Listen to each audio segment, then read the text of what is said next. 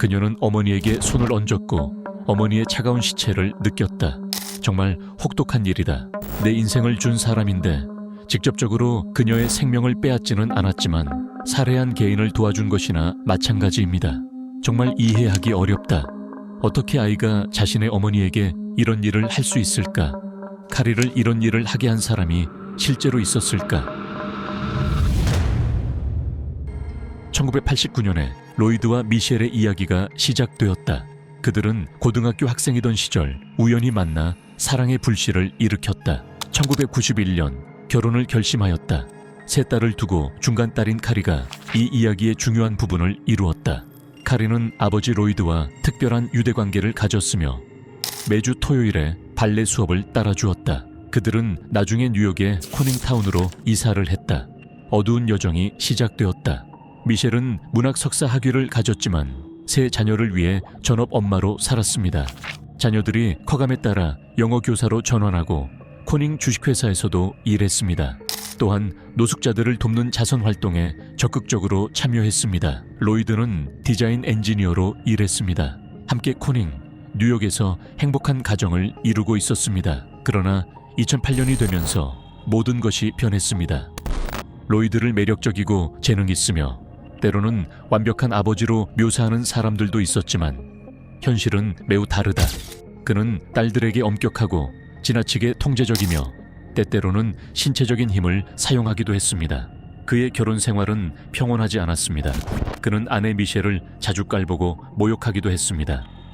2007년 말에는 미셸이 부모와의 소통을 중단하면서 큰 우려가 불거졌습니다. 그녀는 로이드의 지시로 이러한 조치를 취한 것으로 그녀를 지지하는 네트워크로부터 격리하려고 시도했다고 말했습니다. 2008년 로이드는 혼자 뉴저지로 이사하여 가족을 남겼으며 이혼을 요청했습니다. 이는 긴장과 소원 간의 가족 환경을 반영하는 심각한 문제를 강조합니다. 그는 가족을 떠나 이혼을 요청했습니다. 로이드는 모든 자녀의 양육권을 요구했습니다. 그는 무모하게도 이혼 후 26건의 소송을 제기했지만 아이들에 대한 양육비를 회피하려고 하며 미셸이 부적절한 어머니임을 증명하기 위해 여러 거짓 주장을 했습니다. 미셸도 로이드에 대한 불만을 품고 있었습니다. 그녀는 그가 딸들을 그녀에게 반대하도록 하려고 한다고 말했습니다. 이 시점에서 카리는 대학에 진학했고 장녀는 로이드와 함께 살았으며 막내딸은 14살 때 미셸과 함께 살았습니다. 한때 사랑스러웠던 가족이 이처럼 쓴쓴한 갈등에 얽힌 모습을 보는 것은 마음이 아픕니다. 2017년 8월 26일 재판날에 로이드는 법정에 나타나지 않았고 이로 인해 사건이 기각되었습니다. 이 부재는 걱정과 불안을 불러 일으켰으며 그는 이전에 법정 출석을 빼놓은 적이 없었습니다. 이제 사건이 펼쳐지는 것으로 전환합니다. 8월 28일 로이드의 놀라운 부재 후 딱 2날 후에 미셸의 친한 친구가 14세 딸을 수영 연습을 하러 데리러 도착했습니다. 미셸의 결석으로 걱정된 그는 문을 훔쳐다보고 그녀가 집 계단에 움직이지 않고 서 있는 것을 발견했습니다. 그는 그녀의 안녕을 확인하기 위해 경찰에 전화할 결심을 내렸습니다. 경찰이 도착하자 미셸이 사망한 것을 발견했고 집 안에는 다른 사람이 없었습니다. 그녀의 목에는 밧줄이 감겨 있었습니다. 처음에 경찰은 그녀가 자살한 것으로 생각했습니다. 그러나 나중에 그녀의 턱에 상처를 발견하여 밧줄이 그녀의 머리 뒤에서 강제로 끌려졌음을 알게 되었습니다. 미셸은 집 안의 난간에 매달려 발견되었으며 자신의 행동을 설명하는 편지나 메모 없이 남겨졌습니다. 우울증의 징후가 없더라도 이 사건은 여전히 모두에게 많은 우려와 의문을 불러 일으켰습니다. 어머니와 함께 살고 있었다는 것을 알고 있던 14세 딸의 안전을 걱정한 경찰은 소녀를 찾기 시작했습니다. 다행히도 로체스터, 뉴욕에 있는 카리가 자신의 여동생이 함께 있다는 전화를 받았습니다. 그 거리는 코닝에서 약 100마일 정도였습니다. 카리는 경찰에게 자신이 어머니의 집에서 자기 방에서 마지막 하룻밤을 보내기 위해 코닝에 갔다고 말했습니다. 어머니가 아버지를 옹호한 것에 화를 내자 카리는 어린 동생을 로체스터로 데리고 돌아갔습니다. 경찰이 카리의 어린 동생을 조사할 때 그녀는 어머니가 소리를 지른 것을 기억했습니다. 게다가 카리의 휴대전화 기록에는 그녀가 미셸의 집에 2시간 동안 머물렀음에도 불구하고 그녀가 약 12초 20분 동안 머물렀다고 주장한 것으로 나타났습니다. 의학검시관은 미셸의 사망 원인을 결정할 수 없었습니다. 이러한 사건으로 경찰은 조사를 시작하고 이야기에 더 많은 것이 있음을 의심하기 시작했습니다. 로이드는 미셸이 사망한 날 캘리포니아에 있었지만 그 전날에는 카리와 함께 로체스터에 있었음을 알아냈습니다. 카리는 그가 자신의 아파트로 물건을 옮기는데 도와준 다음 그가 호텔에 체크인했다고 말했습니다. 그런 다음 그는 캘리포니아에서의 면접에 참석하기 위해 호텔을 나왔습니다. 경찰은 이것이 이상하다고 생각했습니다. 미셸의 사망 후 36시간 만에 로이드는 어린이 지원금과 이혼 수당 지급을 중단하기 위해 법원에 나타났는데 그 돈은 미셸에게 매달 거의 6천을 지불하고 있었습니다. 이로 인해 경찰은 의심을 품었습니다. 그들은 그를 찾아가 몇 가지 질문을 했습니다.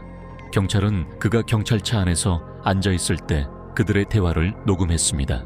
I know of that from past behaviors that there was an occasion where Michelle was having a tantrum that she would open the door and scream things down the stairs and then slam her bedroom door and did that so many times. She actually broke the door frame from doing that.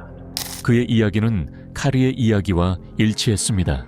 그러나 경찰이 호텔의 감시 영상을 검토했을 때 이상한 점을 발견했습니다. 로이드는 호텔에 체크인했지만 그들은 그가 딸과 함께 호텔을 떠나 차량에 탑승하는 것을 관찰했습니다. 그 다음 날 아침 새벽 6시 30분에 호텔 주차장에서 그를 카메라에 찍혔습니다. 그는 여전히 같은 옷을 입고 있었습니다. 로이드의 핸드폰 데이터는 핸드폰이 밤새 호텔방에 남아 있었음을 나타내었으며 그의 핸드폰은 거기에 두고 나온 것으로 보입니다. 그러나 로이드는 자신이 존재하지 않았습니다. 게다가 로이드는 미셸의 보험금으로부터 26만 달러의 돈을 청구하려고 했습니다. 경찰은 로이드가 10만 달러 이상의 빚을 지고 있음을 발견했습니다. 경찰은 로이드와 카리 모두를 의심했지만 이 시점에서 그들을 체포할 만한 충분한 증거가 거의 없었습니다. 그들은 카리가 아버지에게 불리한 어떤 말을 할 것이라고 기대하면서 그녀와의 만남을 계획했습니다. 이 전략은 부분적으로 성공적이었습니다. Can you tell us what you observed, what you remember? Who went in the house first?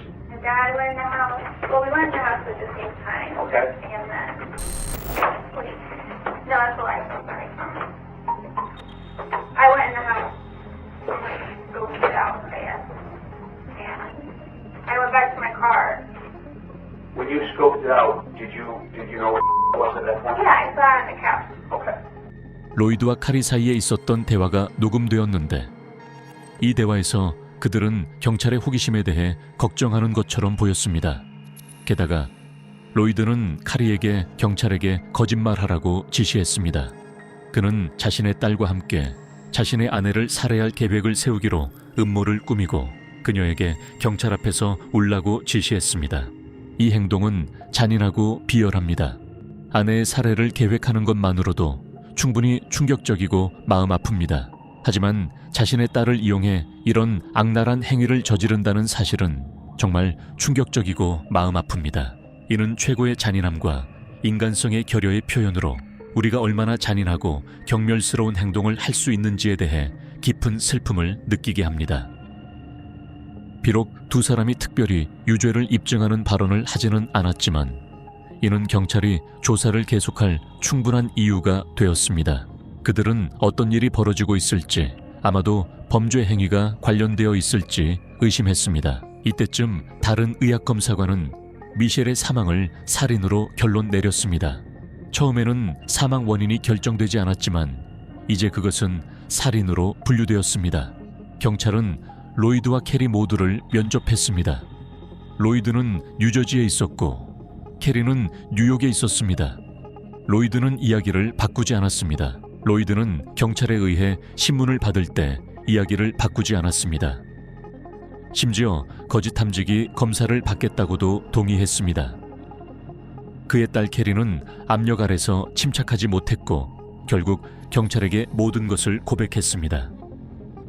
그녀는 아버지가 미셸에게 돈을 더 이상 지불할 수 없다는 불능을 표현하고 미셸을 죽이지 않으면 자신이 자살하겠다고 위협했다고 전했습니다. 캐리는 아버지를 돕기로 합의하고 그들은 살인을 계획했습니다. 그들은 미셸의 집으로 갔고 캐리는 그녀의 아버지가 감지되지 않도록 보안 장치를 비활성화했습니다. 격렬한 다툼 끝에 로이드는 미셸을 죽였으며 장면을 자살로 보이게 조작했습니다. 캐리는 심지어 그의 범죄를 조직하는 데 도움을 주었습니다. 로이드는 그 후 집 뒷문으로 도망쳐서 작은 딸에게 발각되지 않도록 캐리의 SUV로 도망쳤습니다. 로이드는 미셸을 죽이고 그녀가 목을 매서 자살한 것처럼 가장을 조작했습니다. 그들은 미셸을 방 모퉁이로 끌고 갔고 그는 로프를 난간에 매달고 그것을 들어 올려서 미셸을 내려놓고 그녀를 몸을 낮추었습니다. 로이드의 딸 캐리는 결국 로이드를 도와 그 끔찍한 장면을 만들기 위해 그녀의 어머니의 몸에 손을 대었다는 것을 고백했습니다. 그 후에 로이드는 조용히 집을 떠나서 작은 딸의 시선을 끌지 않고 캐리의 SUV로 도망쳤습니다. 한편 카리는 그녀의 작은 누이를 채 숨어있는 로이드를 모르고 집으로 데려갔습니다. 카리의 작은 누이도 로이드의 존재를 알지 못했습니다. 그녀는 대부분의 시간을 자고 보냈으며 카리는 나머지 시간 동안 그녀를 산만하게 하고 있었습니다. 다만 그녀는 어머니의 비명을 들었습니다. 정말 이해하기 어렵습니다. 어떻게 아이가 자신의 어머니에게 이럴 수 있을까요? 로이드가 정말로 카리를 조종했을 수도 있을까요?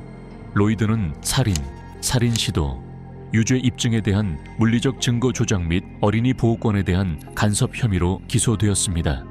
경찰은 로이드가 사실 판정 검사를 받기 위해 나타날 때 체포할 계획이었습니다. 그러나 그는 나타나지 않았습니다. 대신 그들은 그가 다리를 뛰어내릴 것을 협박하는 5층짜리 주차장의 계단에 서 있는 것을 발견했습니다. 경찰은 공포스러운 참사를 예방하기 위해 신속히 행동해야 했습니다. 경찰은 그와 약 90분 동안 대화를 나누었습니다.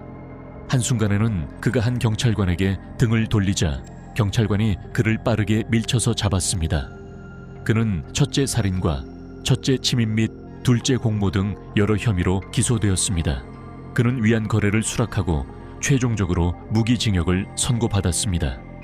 카리에게는 그녀가 2급 살인에 대한 유죄를 인정한 후 최종적으로 징역 1,000함년이 선고되었습니다. 카리의 가벼운 형량은 그녀의 관여의 심각성을 반영하지 않습니다. 그녀는 수사관들에게 장기간 반복적으로 거짓말을 한 것으로 나타났으며 이는 뉘앙스와 책임감의 부재를 시사합니다. 이러한 행동은 그녀의 형량이 보여주는 것보다 더 심층적인 책임감을 시사합니다. 게다가 실제로 살인을 저지른 로이드와 비교했을 때 카리의 형량은 상당히 가볍습니다. 형량의 차이는 증거를 지지하지 않으며 사법체계에 대한 신뢰를 훼손합니다. 그러나 그녀가 수사에 협조하고 증언을 했기 때문에 더 나은 형량을 받을 수 있었다는 점은 명백한 결과일 수 있습니다. 이 이야기에 대한 여러분의 생각을 댓글 섹션에서 공유해 주시고 만약 제 비디오를 즐겼다면 좋아요 버튼을 눌러주세요. 시청해 주셔서 감사합니다.